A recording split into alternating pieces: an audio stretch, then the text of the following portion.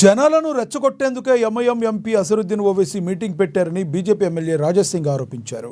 ఓవైపు నీకు దమ్ముంటే ఈరోజు మీటింగ్లో నిజం చెప్పు అని అడిగారు. వక్ఫ్ సవరణ బిల్లుపై వాస్తవాలను మీరు చెప్పలేరు.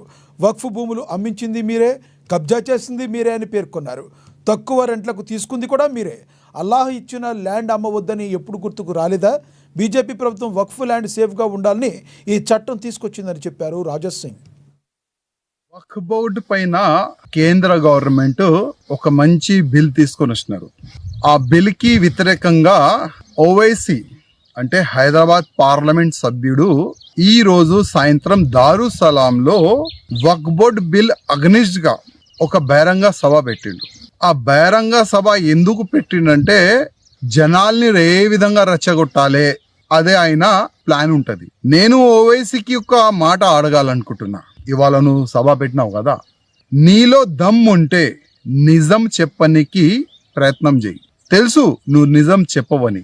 నీ అయ్యా గాని, నువ్వు గాని, నీ తమ్ముడు గాని, నీ ఎమ్మెల్యేస్ గాని, నీ కార్పొరేటర్ గాని వక్ఫ్ బోర్డు పైన ఒక మంచి బిల్ వచ్చింది, దీనికి మనం సపోర్ట్ చేయాలి, అది ఎప్పుడు చెప్పరు.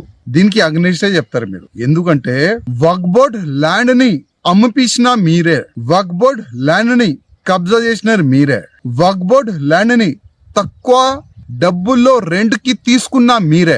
ఇవాళ ఓల్డ్ సిటీలో గాని మొత్తం తెలంగాణలో గాని ఎన్నో ఎకరాలు వక్ఫ్ బోర్డ్ ల్యాండ్ కబ్జా చేసి అమ్మిపించినారు మీరే. అప్పుడు మీకు యాద్ రాలేదా?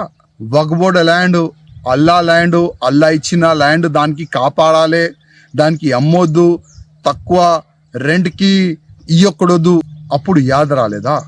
ఇవాళ కేంద్ర గవర్నమెంట్, మోదీ గారు government, Bharatiya Janata party government వక్ఫ్ బోర్డ్ ల్యాండ్ సేఫ్ ఉండాలి ఒక మంచి ఆలోచనతోని దానిపైన ఒక బిల్లు తీసుకొని వచ్చినారు. ఇవాళ వక్ఫ్ బోర్డ్ దగ్గర 9,50,000